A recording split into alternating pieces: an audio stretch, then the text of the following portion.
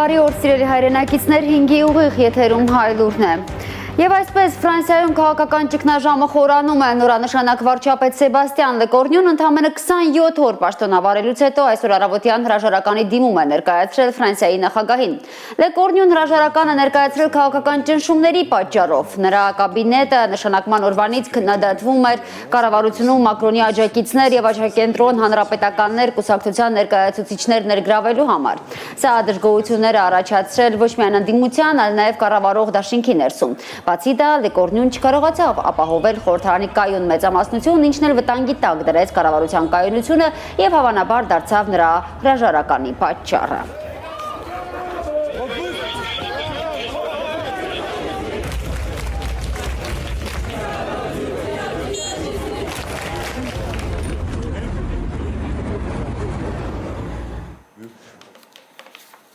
Իշխող վրացական երազանք կուսակցությունը հայտարարել է հաղթանակ նախնական արդյունքներով հավաքելով ավելի քան 70% ձայն։ Ընդդիմությունը չի ընդունում տեղական ինքնակառավարման ընտրությունների արդյունքները եւ պահանջում է նոր քվեարկություն։ Թբիլիսիում արդեն 3 օր է բախումներ են տեղի ունենում ցուցարարների եւ ոստիկանության միջև։ Վարչապետ Իրագլի Կողաբախիձեն տեղի ունեցած անկարգությունների համար մեղադրել է Եվրամիությանը, իսկ վերջինս հերքելով ցանկացած միջամտություն կոչ է արել զսպվածություն դրսևորել եւ հարգել հիմնարար իրավունքները։ Թբիլիսին կոշտ արձագանքով էր սպառնացել երկիրը ապակայունացնելու ցանկացած փորձի։ Մինչև այս պահ առնվազն 5 ընդդիմադիր գործիչ է ձերբակալվել։ Վրաստանում երրորդյա կատաղի ցույցերից հետո երկրի վարչապետ Իրագլի Կոբախիձեն խիստ պատիժ է խոստացել ցուցարարներին եւ այդ ցույցերը կազմակերպողներին։ Ընդդիմության արդեն 5 առաջնորդ է ձերբակալվել։ Վրաստանի սահմանադրական կարգի բռնի փոփոխության, իշխանության տապալման կոչերի, բռնության խմբակային գործողություններ կազմակերպելու մեղադրանքով։ Ընդդիմադիր առաջնորդներին սպառնում է մինչև 9 տարվա ազատազրկում։ Վրաստանում իրավիճակը թեժացել է հոկտեմբերի 4-ից, տեղական ինքնակառավարման մարմինների ընտրություններից հետո։ Իշխող վրացական երազանքը ստացել է քվեների ավելի քան 70%-ը։ Ընտրության արդյունքները հրապարակվելուց անմիջապես հետո ընդդիմադիր կուսակցությունների աջակիցները սկսել են անկարգություններ Թբիլիսիում։ Ցուցարարների մի խումբ ներխուժել է նախագահական պալատի տարածք Եվրամիության, Ուկրաինայի եւ Վրաստանի դրոշներով։ Ընդդիմադիր գործիչները հայտարարել էին խաղաղ հեղափոխությամբ վրացական երազանք կուսակցությանը հեռացնելու իրենց մտադրության մասին։ Բախումներ էին սկսվել ցուցարարների ու ոստիկանների միջև։ Ցուցարարները բարիկադներ էին ջարդել, սրճարան հրկիզել, ոստիկանությունը պատասխանել էր արդյունքաբեր գազով, ջրցան մեքենաներով։ 2 տասնյակից ավելի ոստիկան, 6 ցուցարար է վիրավորվել, եւս 30 մարդ տեղում է բուժօգնություն ստացել։ Սա միայն պաշտոնական տվյալով։ Վրաստանի վարչապետ Իրագլի Կոբախիձեն Եվրամիության դեսպանին է մեղադրել երկրում անկարգությունների, սահմանադրական կարգը տապալելու փորձերին աջակցելու համար։ Նաև Թբիլիսիի վերընտրված քաղաքապետ Կախակալաձեն է Վրաստանում տեղի ունեցող անկարգություններում եվրոպացի քաղաքական գործիչների ձեռագիրը տեսնում։ Նրա պնդմամբ Եվրոպան ոչ միայն աջակցում է Վրաստանում տեղի ունեցող փոփոխություններին, այլև ֆինանսավորում է երկիրը բևեռացնելու համար։ Վրաստանում տեղի ունեցող բոլոր անկարգությունները արտաքին ուժերի կողմից կազմակերպված գործընթաց է։ Հանրությունը սա շատ լավ է գիտակցում։ Վրաց ժողովուրդը մանրակրկիտ վերլուծել եւ հասկացել է, թե ինչ է կատարվում, ով ինչ քաղաքական շահեր ունի մեր երկրում։ Իսկ ընտրությունների արդյունքը վրաց ժողովրդի արձագանքն է եվրոպական բյուրոկրատական ագրեսորներին։ Կախակալաձեն գրեթե 74% ձայն է ստացել ընտրությունների արդյունքում։ Չի ուշացել Եվրոպայի արձագանքը։ Կոչ են կանում հանգստություն եւ զսպվածություն դրսևորել հետընտրական շրջանում, հորդորում են կառավարությանը հարգել քաղաքացիների հավաքների եւ խոսքի ազատության իրավունքը։ Անհրաժեշտ է կառուցողական եւ համընդգրկուն երկխոսություն բոլոր քաղաքական ուժերի մասնակցությամբ։ Վրաստանի ընդդիմությունը դեռ անցյալ տարվանից է մեղադրում իշխանությանը արտաքին քաղաքականության վեկտորը դեպի Ռուսաստան թեքելու համար։ Մարիամ Ամերջանյան, Հարություն Մաթևոսյան, Հայլուրի համար։ Ռուսական զինուժը գիշերը անօթաչուներով հարվածել է Խարկովին, ըստ մարզի ղեկավարության վիրավորվել է 4 մարդ։ Հարձակման հետևանքով հրդեհներ են բռնկվել Նովոբավարսկի շրջանում, Օդեսայի մարզում։ Կիևը հայտնում է, որ ավելի քան 50 հրթիռ ու մոտ 500 անօթաչի է օգտագործել Ռուսաստանը։ Ուկրաինայի դատախազության տվյալներով պատերազմի սկզբից ի վեր Կիրակի Լվովի վրա ամենազանգվածային հարձակումն է տեղի ունեցել։ Լապաևկա գյուղում ռուսական հարձակման հետևանքով զոհվել է ընտանիքի 4 անդամ։ Զոհերի թվում են 15-ամյա մի աղջիկ, նրա մայրը է տատիկն ու պապիկը, միայն հայրն է ողջ մնացել։ Ռուսաստանի պաշտպանության նախարարության հաղորդագրությամբ ՀՕՊ-ն այս գիշեր ուկրաինական 251 անօթաչու է խոցել։ Տելեգրամ ալիքները գրում են, որ ռուսական բանակը շարունակում է առաջ խաղացումը Դնեպրոպետրովսկի եւ Զապորոժիեի շրջանների հատման կետում։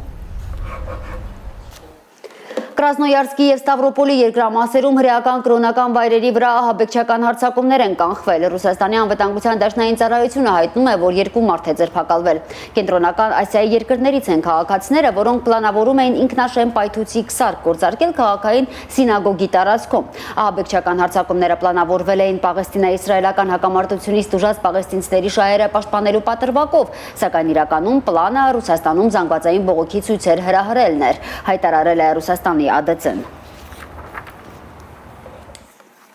Գազայի Ալ-Ահլի հիվանդանոցը հասել բժշկական պարագաներով եւ վառելիքով մեկ բեռնատար։ Առողջապահության համաշխարհային կազմակերպությանն հաջողվել հումանիտար բեռ հասցնել իսրայելական հարվածներից հյուծված Գազա։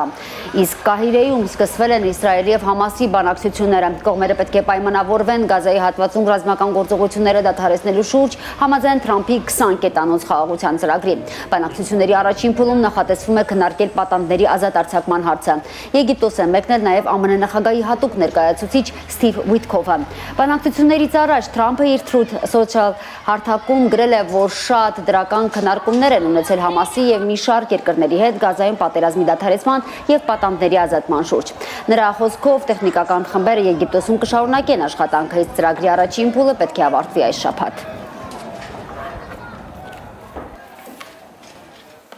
Մեր խնդիրներին անդրադառնանք։ Մինչ Փաշինյանը փորձում է արդարացնել Ալիևին Զանգեզուրի միջանցք ասելու համար, Ադրբեջանի նախագահը ասես ծաղրում է նրան։ Բաքվում ամենևին էլ միայն հորադիս Զանգելան ճանապարհը նկատի չունեն Զանգեզուրի միջանցք ասելով, այլ ամբողջ Թրամփի ուղին, թրիփը։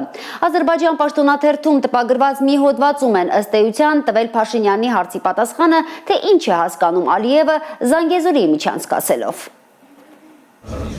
Այն ֆոնին, երբ Փաշինյանը Զանգեզուրի միջանցք ձևակերպումը օգտագործող Ալիևի համար նոր արդարացում է գտել։ Երբ որ Ադրբեջանը ասում է Զանգեզուրի միջանցք, իրանք նկատի ունեն հորադիս Զանգելան ճանապարհը։ Ու միևնույն ժամանակ միջազգային հանրության առաջ բողոքում է այդ ձևակերպման դեմ, որ հատվածն են անվանում Զանգեզուրի միջանցք։ Ադրբեջանը եւս մեկ անգամ հայտարարում է արդարացումների կարիք չունի։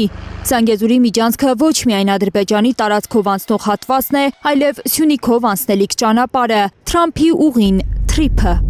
Հանուն միջազգային խաղաղության եւ բարեկեցության Թրամփի երթուղին մի խոսքով Զանգեզուրի միջանցքը արդեն իրագործման փուլում է։ Այդպիսով ժամանակին արհեստական խոչընդոտներով միմյանցից բաժանված թյուրքական պետությունները կրկին կմիավորվեն։ Սա հատված է Ադրբեջան պաշտոնաթերթում տպագրված մի հոդվածից։ Ադրբեջանը միջև այդ պահ ու դրանից հետո շատ հստակ ասում է այդ Զանգեզուրի միջանցքի տակ ինչ հասկանում, հիշեցնեմ Ալիևի բառերը, որ իր քաղաքացիներն ու բեռները չպետք է այի երես տեսնեն։ Նիկոլ Փաշինյանը ոչ մի հստակ բարձաբանում չի տալիս, ի վերջո ինչպիսի վերահսկողության մոդել է գործելու այդ Սյունիքով անցնող ճանապարհի վրա, բայց տերմինի շուրջ կամ տերմինի հետ սկսում է կռիվ անել։ Սա տերմինի կռիվ չի։ Սա հենց բովանդակային վեճ է, թրիփի շահագործման պայմանների վեճ է։ Իսկ Հայաստանի իշխանությունն ուզում է տպավորություն ստեղծել, թե պարզապես տերմինների շուրջ համաձայնության չեն գալիս Երևանն ու Բաքուն։ Հայկական կողմը, երբ որ դիմադրում է, փորձում է պատրանք ստեղծել, որ տերմինների շուրջ է վեճը։ Քաղաքագետին այս իրավիճակը նոյեմբերի 9-ի շուրջ բանավեճն է հիշեցնում։ Այդ եռակողմ հայտարարությունը ստորագրած Փաշինյանը հետո պնդում էր, թե 9-րդ կետը ոչ թե ռուսական վերահսկողությամբ Ադրբեջանին անխոչնդոտ ճանապարհ տալու մասին է, այլ ռուսական հեռակա հսկողությամբ։ Հիմա համարյա նույն իրավիճակն է ստեղծվել։ Հիմա էլ համոզում է, թե երբ Ալիևը Զանգեզուրի միջանցք է ասում, նկատի ունի ոչ թե թրիփը, որ անցնելու է Հայաստանի տարածքով, այլ օկուպացված Արցախի տարածքով անցնող ճանապարհահատվածը։ Թրիփը կլինի թե չէ, Ալիևը Զանգեզուրի միջանցքի միջազգային լեգիտիմացում ստացել է։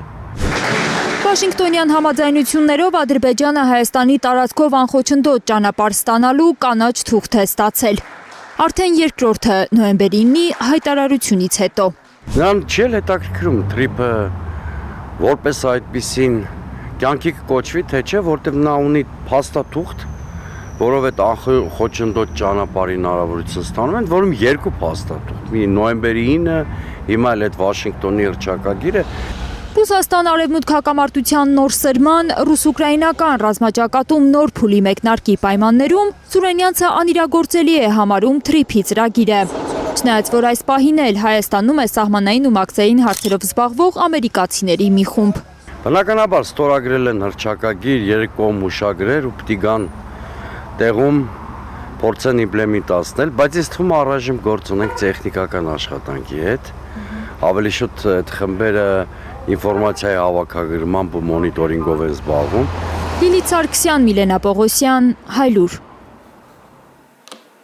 Ազգային ժողովի պետայրավական հանձնաժողովում քննարկվում է պատիվ ունեմ խմբակցության վարչապետին անվստահություն հայտնելու մասին հայտարարության նախագիծը։ Ընդդիմադիր խմբակցությունը պնդում է Նիկոլ Փաշինյանին անվստահություն հայտնելու պատճառները բազմաթիվ են։ Խարխլված է Հայաստանի ազգային անվտանգությունը, խաթարված է տարածքային ամբողջականությունը, թշնամական ուժերը 2021 թվականից Հայաստանի Հանրապետության սուվերեն տարածքում են։ Պատիվ ունեմը մեղադրում է Փաշինյանին նաև Արցախի բանակցային գործընթացի ձեռքբերումները ոչնչացնելու, արկածախնդրությամբ պատերազմ ձերծելու եւ Արցախը Ադրբեջանի կազմում ճանաչելու համար։ Ընդդիմադիր խմբակցության հայտարարության տեքստում ասվում է, որ ԿՊԱ-ական կառավարությունը հանցավոր անգործություն է ցուցաբերում Բաքվի բանտերում շինծուն մեղադրանքներով պահվող գերիներին Հայաստան վերադարձնելու հարցում։ Ազգային ժողովի ընդդիմադիր ամենամեծ խմբակցությունը Հայաստանը միացել է պատիվ ունեմի վարչապետին անվստահություն հայտնելու մասին հայտարարության նախագծին։ Տարընթերցում չառաջանա Առաջին հերթին մեր քաղաքացիներին տեղեկացնում եմ եւս մեկ անգամ, որ սա վարչապետին անվստահություն հայտնելու գործընթացը, իսկ խոսակցականում իմպիչմենտի գործընթացը չի։ Սա հայտարարություն է, որ արձանագրել է մեր երկրում արտաքին քաղաքական եւ ներքաղաքական, ինչպես նաեւ անվտանգային խնդիրները, իսկ վարչապետին անվստահություն հայտնելու գործընթացը ընթանում է իր հունով եւ դա բացառապես լրիվ այլ գործընթաց է, այսինքն որևէ մեկի մոտ տպավորություն չառաջանա եւ այս երկու գործընթացները իրար հետ շփոթեն, որովհետեւ նույնիսկ մամուլում տեսնում էի, որ արկայում տարընթերցումներ։ Սիրելի հայրենակիցներ, այս ժամի համար այսքանը, մեր հաջորդ թողարկումը 15:39-ը, մինչ այդ ժամը։